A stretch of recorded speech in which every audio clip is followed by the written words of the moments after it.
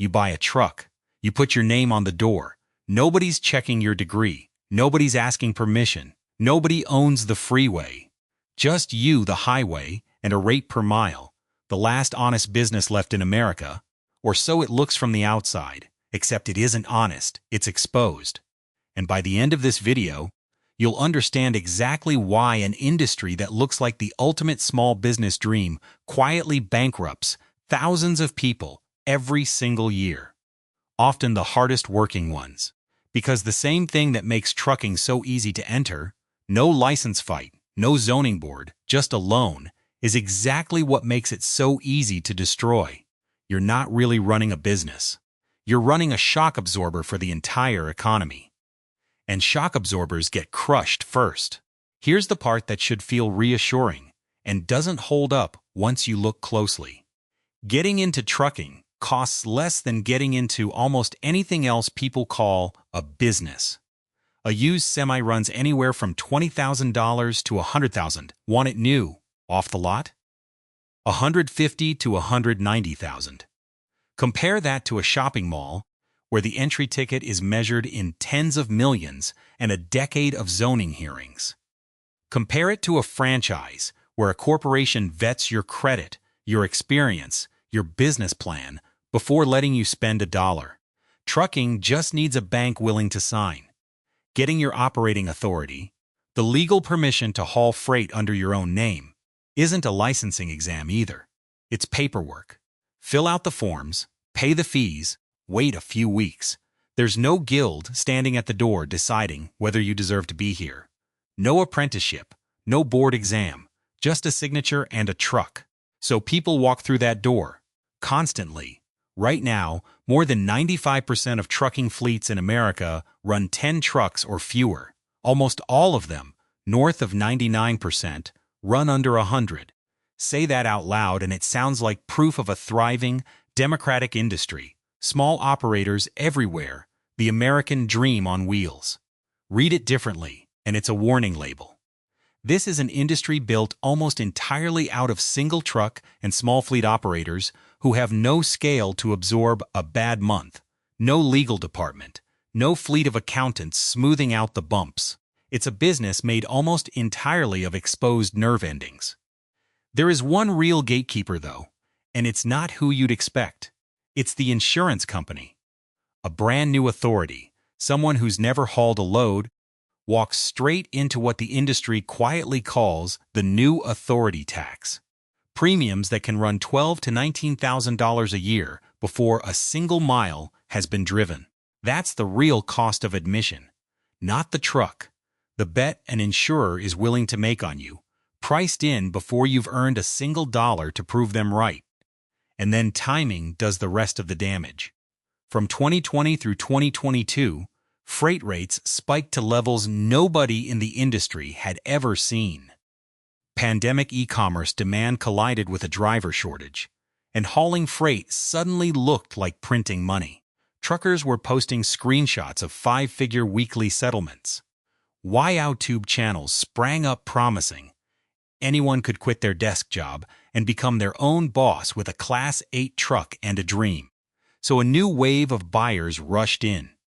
People who'd never touched a semi-signed loans on equipment priced 50, even 100% above what it was worth 2 years earlier.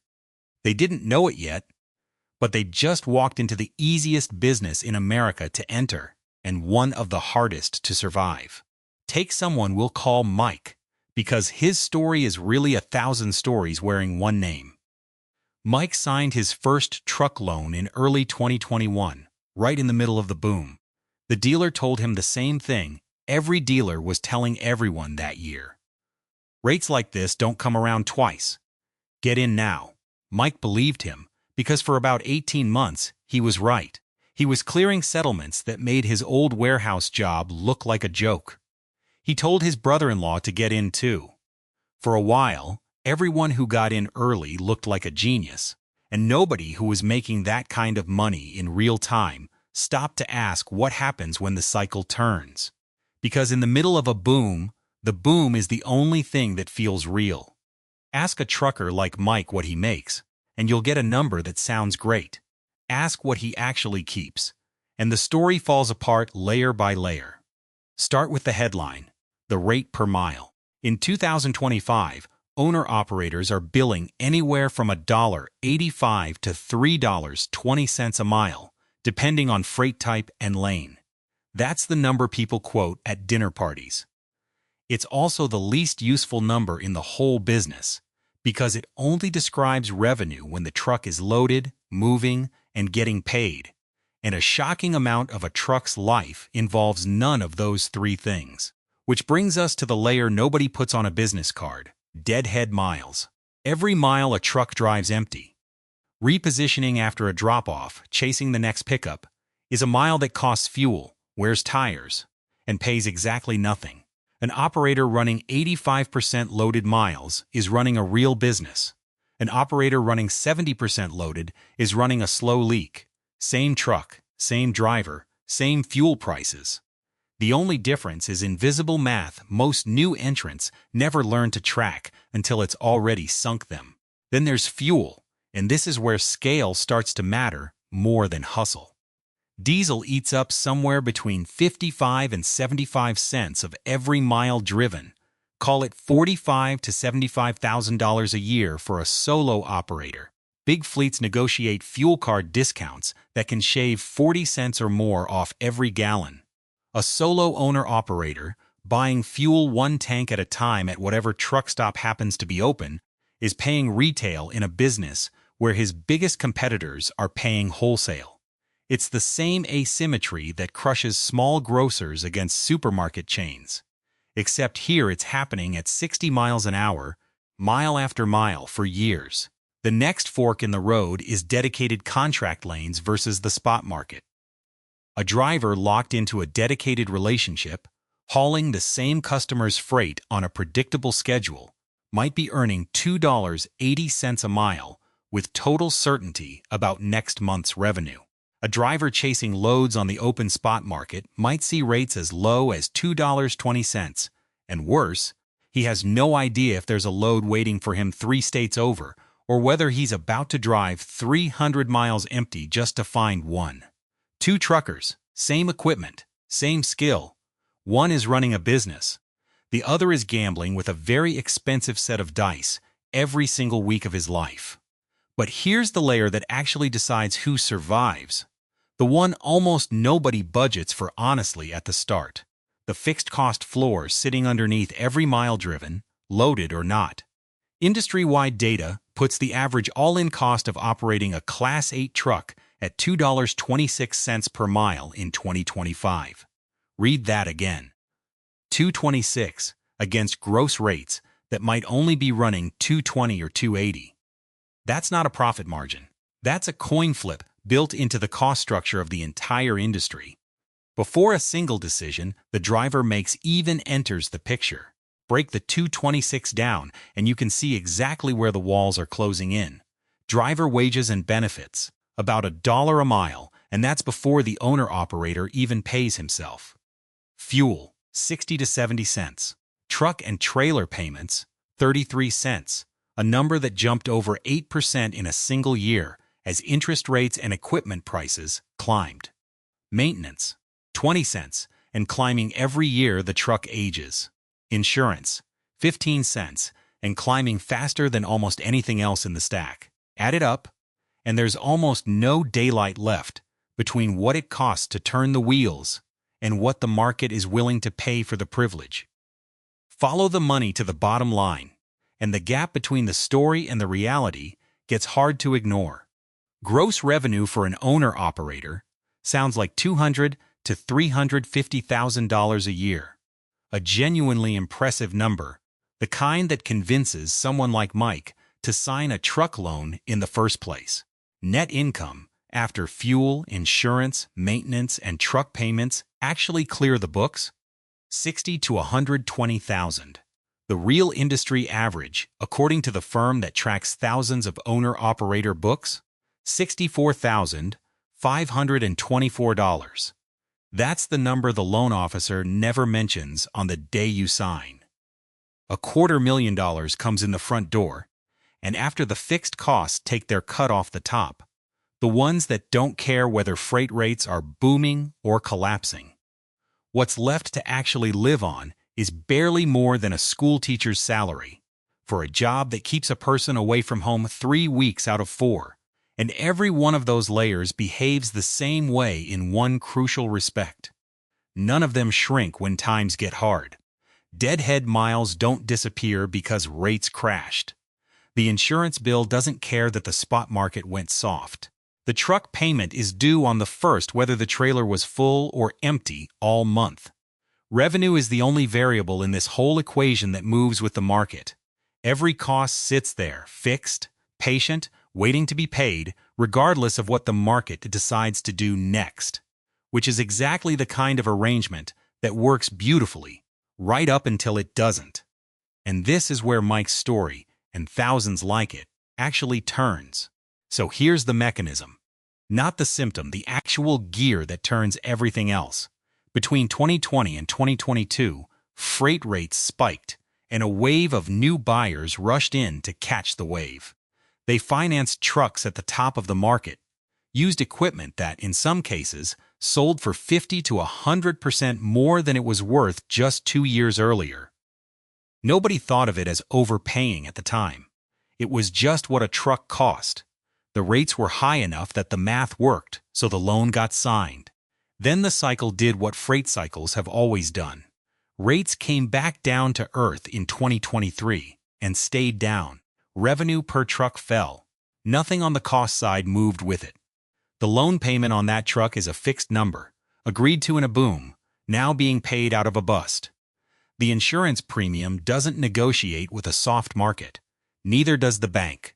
Mike's payment on the 1st of the month was exactly the same in March 2023 as it had been in March 2021. The only thing that changed was how much revenue he had left to make it with. This is where the trap actually closes, and it's more elegant and crueler than a simple cash crunch. In a normal business, when revenue falls, you can usually sell this asset and walk away. Not here, because the truck itself lost value in the same downturn that crushed the rates. A huge number of these operators now owe more on their equipment than it's worth on the resale market. The exit door isn't just expensive to use, it's welded shut.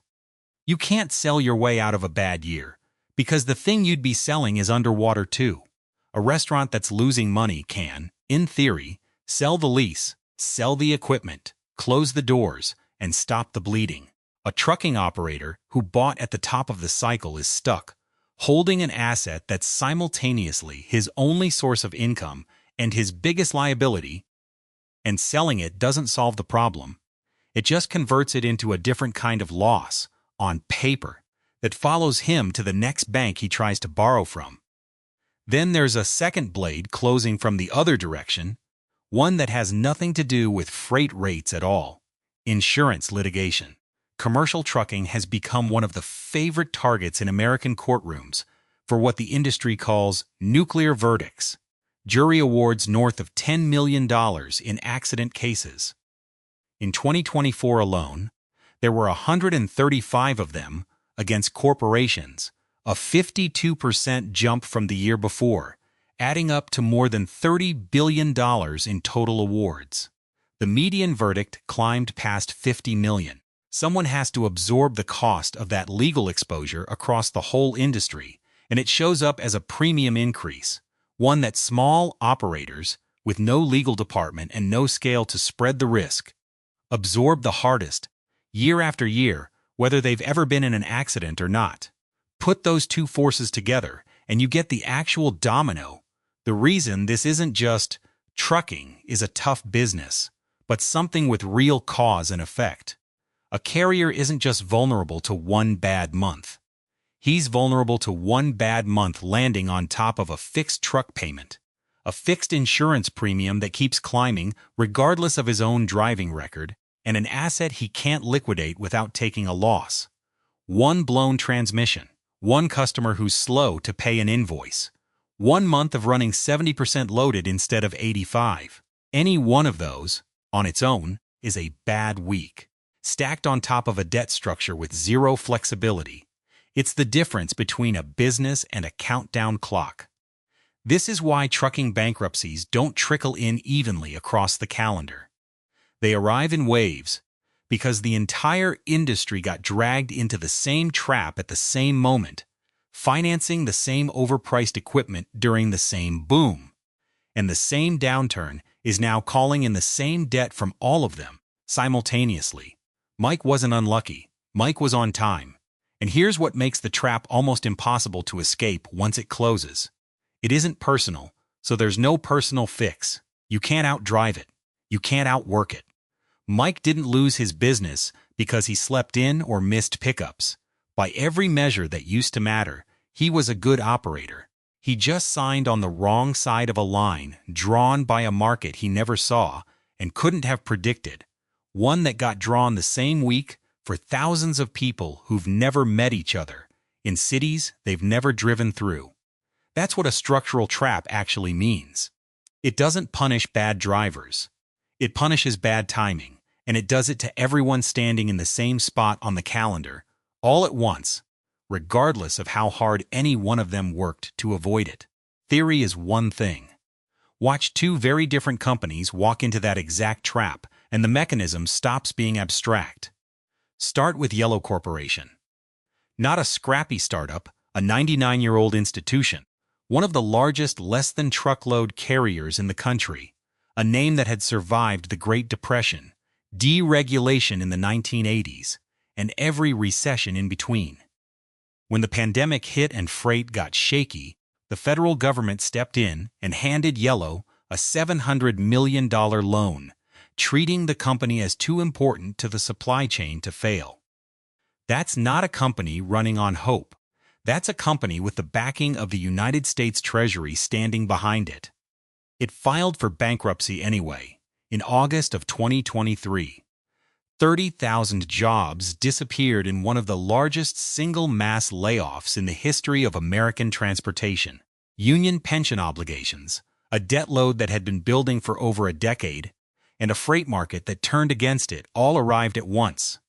And neither a century of history nor a taxpayer lifeline could hold the fixed costs off the ledger.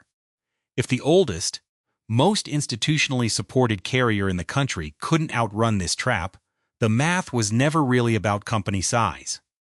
Now flip to the opposite kind of company entirely, Convoy. No century of history here.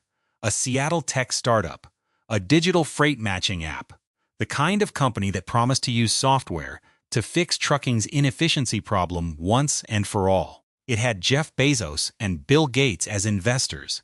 It had venture capital instead of a union pension fund. By 2022, it was pulling in over $100 million in revenue. On paper, this was the smart money. People who understood markets, who'd built the algorithm that was supposed to solve deadhead miles and spot rate volatility for everyone else, permanently. It was burning through $10 million a month. By October of 2023, 2 months after Yellow, Convoy shut down entirely.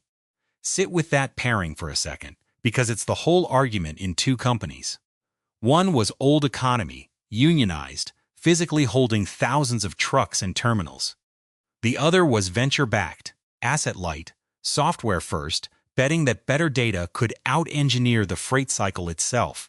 Different balance sheets, different investors, different decades of experience, different theories of how to win.